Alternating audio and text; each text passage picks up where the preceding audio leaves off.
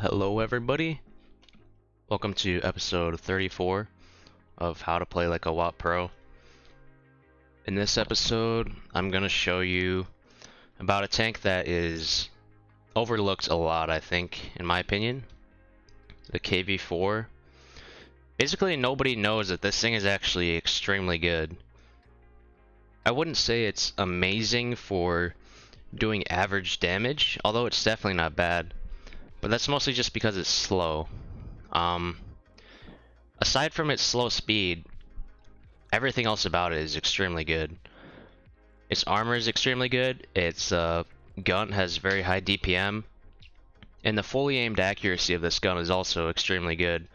As long as you fully aim in, your accuracy can get down to 0.31, and I'm not even running vents or improved aiming unit, I'm running HP turbo rammer, and it still is all the way down to 0.31. Let me turn down the music a little bit. So in this replay, we've got a tier 8 game.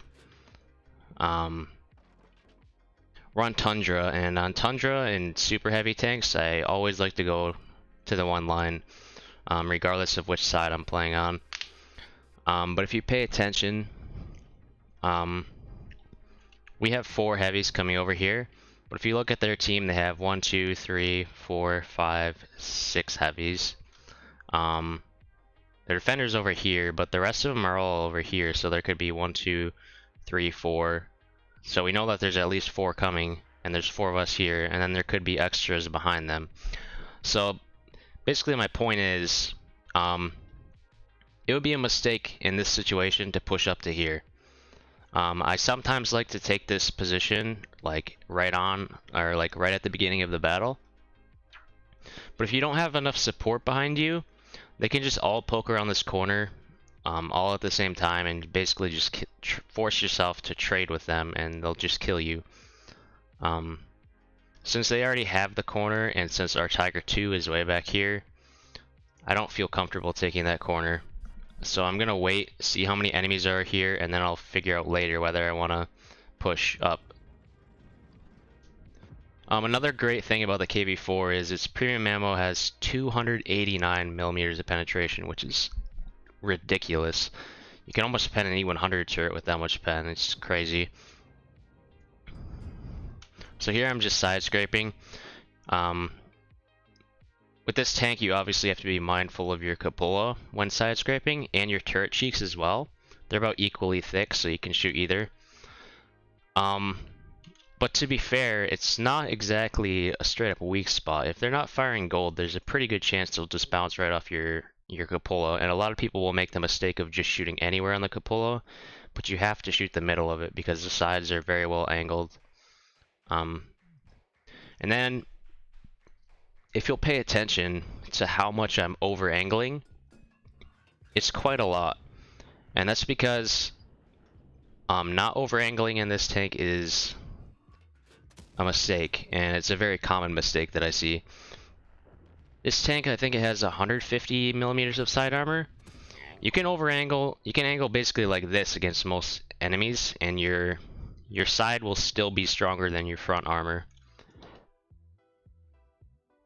So they have no chance of penning me through the side even at this angle. It's really just a turret that they can pen.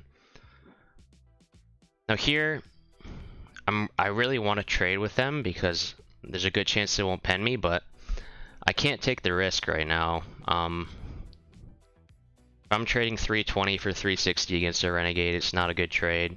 And ideally, I would be able to shoot them for free. And so I'm just waiting for them to make mistakes, basically. I'm taking different angles to see if I can get some kind of different angle, but it doesn't work. And this whole while, I'm paying attention to what's happening on the other side of the map. We're losing this game. We're down 2,000 HP, we're down 2 guns, and even though everyone's out of render, if you just look at the positions on the map, it's clear that we're losing the east. And so I'm feeling pressured right now to start dealing damage, because if I don't do anything, we're just gonna get flanked, and then I'll end up doing a very low amount of damage this game.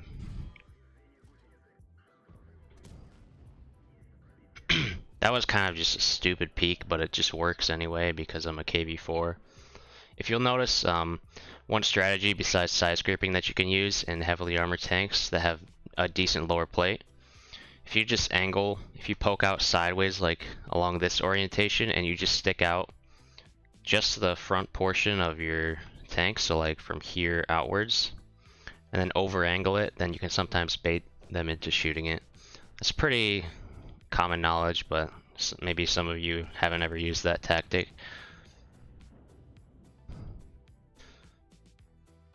And even though I know that we're losing this game and I'm feeling very pressured to push in, I still decide not to do it because just pushing in front of 4 guns is just not going to work. But thankfully they start pushing in, which makes it easier for us. And just pay attention to how much I'm angling. I'm watching where he's aiming as well. So I see he's aiming at my front, so I'm over angling my front right now so that he has a hard time penning it. And then I see he aims at my side, and then he switches to my turret. The only thing, I can't really do anything to block my turret. Like I could gun block, but I'm about to shoot anyway, so it's just not worth it. Plus he could just shoot me straight through the turret cheek regardless.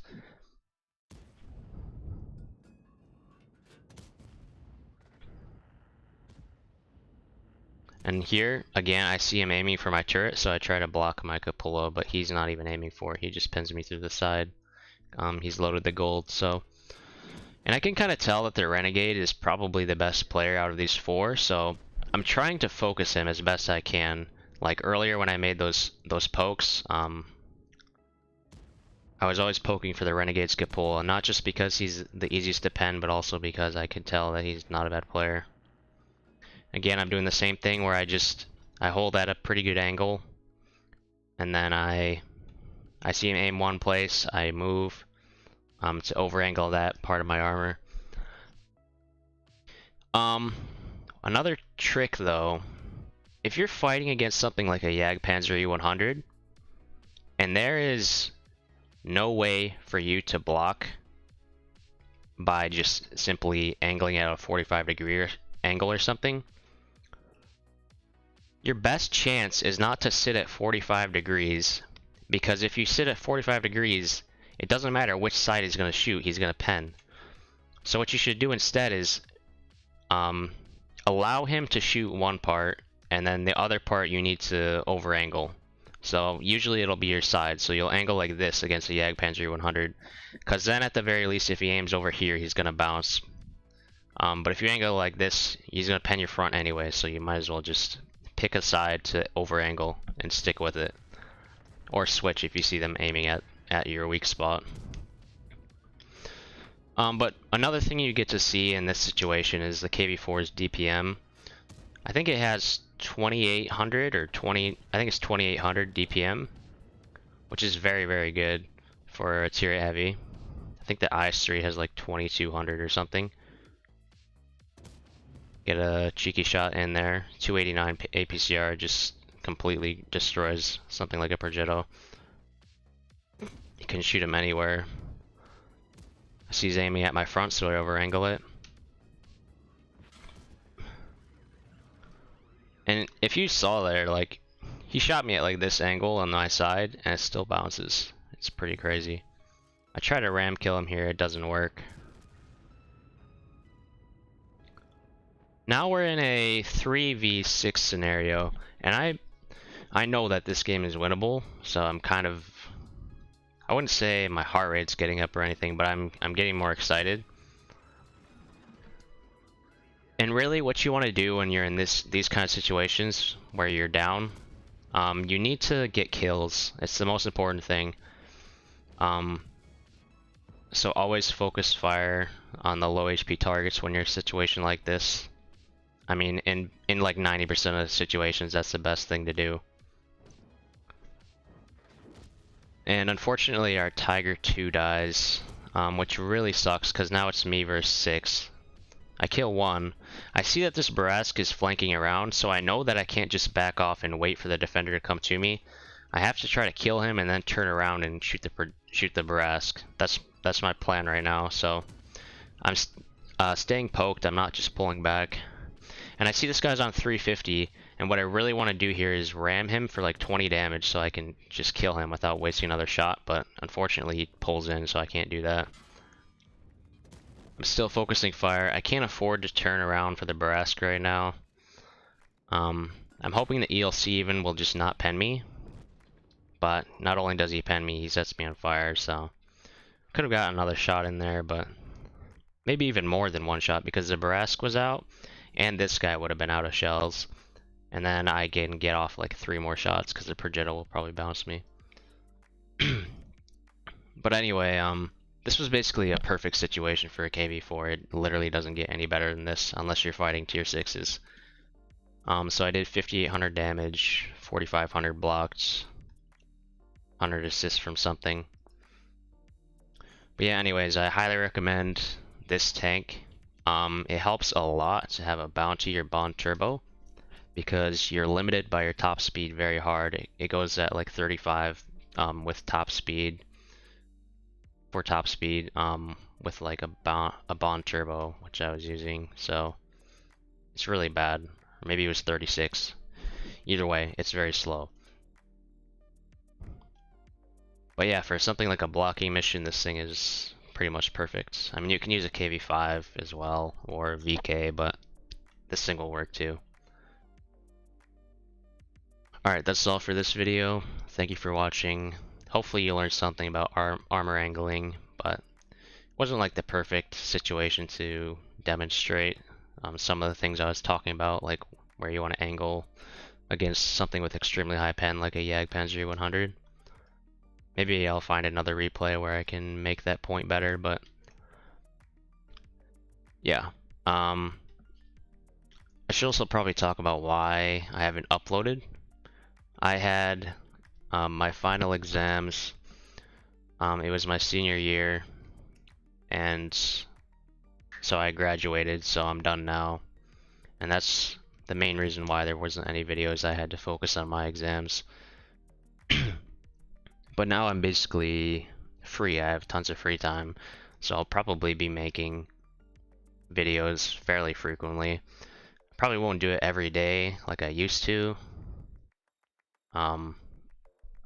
But maybe a couple videos a week or something. We'll see. That's my goal anyway. If I stop uploading, it's not because I died or something. I probably just got lazy and didn't feel like it. But yeah, thanks for watching, and I'll see you next time.